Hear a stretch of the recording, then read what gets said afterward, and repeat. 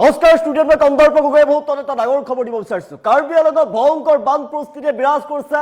এইখনৰ পিছত সিখন গাঁও বানৰ কবলত পৰিছে। বানত বুৰ গৈছে এতিয়া। এইখনৰ পিছত সিখন গাঁও মানুহৰ ঘৰ দুৱাৰ বানৰ কবলত পৰিছে। ট্ৰাক পৰ্যন্ত বানত ডুব যোৱা দেখিবলৈ পোৱা গৈছে। ৰাস্তা ঘাট ভাঙি তছনছ কৰি পেলাইছে বানৰ প্ৰবল সোঁতে আৰু বান আশ্ৰয় শিবিৰত দিন কটাবলগীয়া পৰিৱেশৰ সৃষ্টি হৈ পৰিছে। এতিয়া জনতাৰ মাজত হাহাকাৰ চাৰিওফালে কেৱল পানীয়ে পানী বিৰাজ কৰিছে বোকাজান। সবিশেষ জনাইছে উত্তৰ বিগ ব্ৰেকিং ডাঙৰ খবৰ এই মুহূৰ্তত। 200ৰো অধিক পৰিয়াল বানৰ কবলত পৰিছে। কেইবাখনো গাঁও বানৰ কবলত পৰিছে। কাৰ্বি আংলঙৰ বোকাজানত ভয়াৱহ বান পৰিস্থিতিয়ে বিৰাজ কৰিছে। 200ৰো অধিক পৰিয়াল বানৰ কবলত পৰিছে। ইখনৰ পিছত সিখন অঞ্চল বানৰ কবলত পৰিছে। হাহাকাৰ অৱস্থা বোকাজান মহকুমাৰ জপৰাজান লাহৰীজান পানবাৰীত ভয়ংকৰ বান দেখিবলৈ পোৱা গৈছে। ইখনৰ পিছত সিখন বাহন ডুব গৈছে। চান্দে বজাৰকে ধৰি বোকাজান মহকুমাৰ বহু অঞ্চল বানৰ কবলত পৰিছে। বৃহত্তৰ অঞ্চল বানৰ কবলত পৰিছে। 1000 বিঘাৰো কৃষিভূমি বানত বিধ্বস্ত হৈ পৰিছে। ৰাস্তা ঘাট বানত বিধ্বস্ত হৈ পৰিছে। বানৰ সোঁতত উটি গৈছে মানুহৰ ঘৰ দুৱাৰ। 200ৰো অধিক ঘৰ বানৰ তলত সোমাই আছে। মুহূৰ্তত হাহাকাৰ অৱস্থা জনতাৰ মাজত। বাঢ়নি পানীত মাছ ধৰিবলৈ গৈ যুৱকৰ কৰুণ ঘটনা সংঘটিত হৈছে। কাৰ্বি আংলঙত ভয়ংকৰ ঘটনা সংঘটিত হৈছে। এখনৰ পিছত সিখন গাঁও বানৰ কবলত পৰিছে। আমি দৃশ্যাংশ দেখুৱাইছো চাৰিওফালে কেৱল বান। এতিয়া ৰাস্তা ঘাট এনেদৰে চিনচাপ নোহোৱা হৈ গৈছে।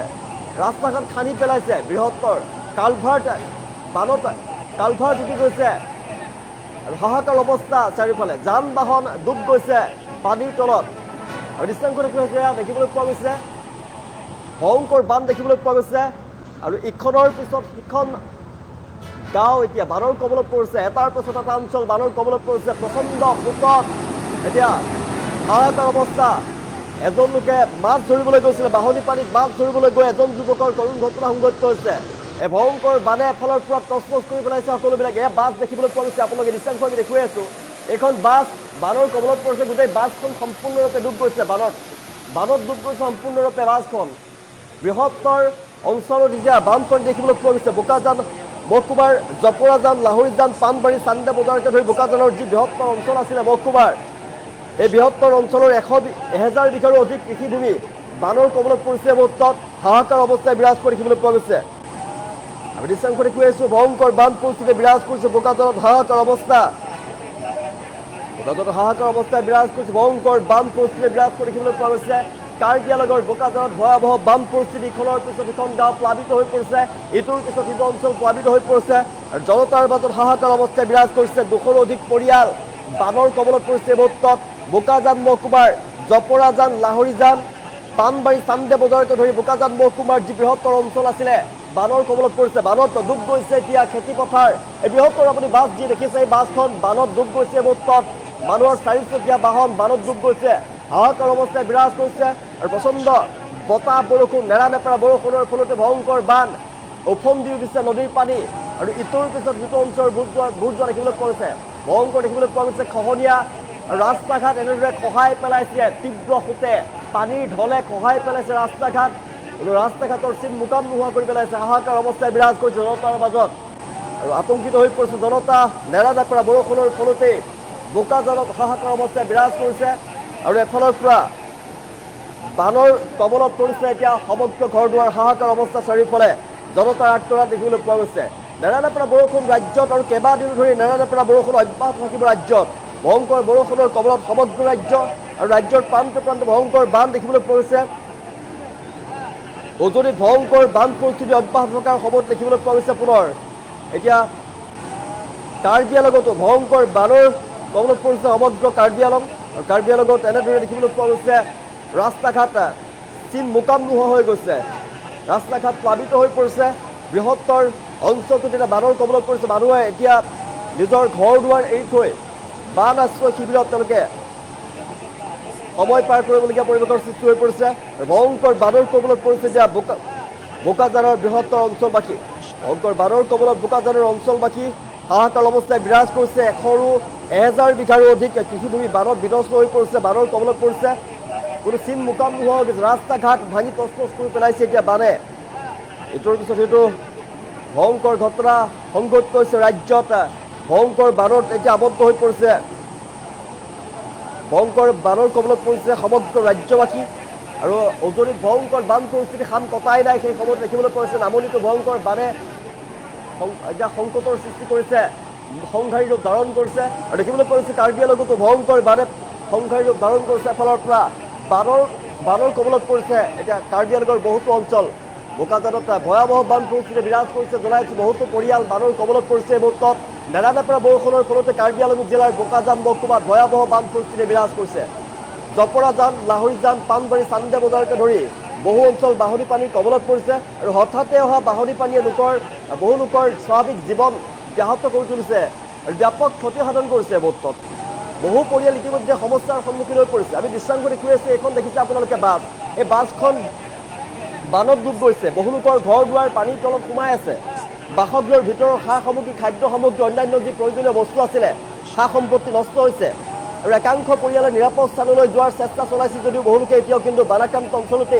আবদ্ধ হৈ পৰিছে হাহাকাৰ অৱস্থাই বিৰাজ কৰিছে বানৰ পানীয়ে বোকাজান মহকুমাৰ কৃষিখণ্ডতো ব্যাপক ক্ষতিৰ সৃষ্টি কৰিছে 1000 বিঘাৰো অধিক কৃষিভূমি বাহনী পানী বিনষ্ট হৈছে আৰু বিভিন্ন অঞ্চল বিভিন্ন ধানকে ধৰি বিভিন্ন শস্যৰ খেতি পানীৰ তলত ডুব যোৱা কৃষকসকলৰ মাজত এতিয়া হাহাকাৰ অৱস্থাই বিৰাজ কৰিছে আৰু বানৰ পানী যদি অধিক সময় ধৰি থাকে তেনেহ'লে কিন্তু কৃষকৰ ক্ষয় ক্ষতিৰ পৰিমাণ আৰু বৃদ্ধি পোৱাৰ সম্ভাৱনা আছে কেৱল কৃষিভূমিতে নহয় বহুতো মানুহৰ ঘৰ তছনছ কৰি পেলাইছে এতিয়া আবতৰীয়া বানে আৰু বহু তাত পথ ঘাট পানীত বুৰ গৈছে যোগাযোগ ব্যৱস্থা ব্যাহত হৈ পৰিছে আৰু ফলত বানাক্ৰান্ত অঞ্চলসমূহত যি অত্যাৱশ্যকীয় সামগ্ৰী যোগান উদ্ধাৰ আৰু সাহায্য অভিযান চলোৱাটো অসুবিধাৰ সন্মুখীন হৈছে আৰু বাহনী পানীত মাছ ধৰিবলৈ গৈ কৰুণ ঘটনা সংঘটিত হৈছে কাৰ্বি আংলঙৰ বোকাজানতে বানৰ ভয়ংকৰ পৰিস্থিতিৰ মাজতে সংঘটিত হৈছে কৰুণ ঘটনা তাৰ মাজতে বাহনী পানীত মাছ ধৰিবলৈ যোৱা এজন যুৱকৰ সৈতে কৰুণ ঘটনা সংঘটিত হৈছে বানৰ প্ৰবল সোঁতত যুৱকজন বিপদত পৰিছে আৰু ঘটনাটো সমগ্ৰ অঞ্চলটোতে শোকৰ ছাঁ পেলাইছে এই মুহূৰ্তত বানপানী বৃদ্ধি পোৱাৰ লগে লগে স্থানীয় লোকসকলৰ মাজত আতংকময় পৰিৱেশ বিৰাজ কৰিছে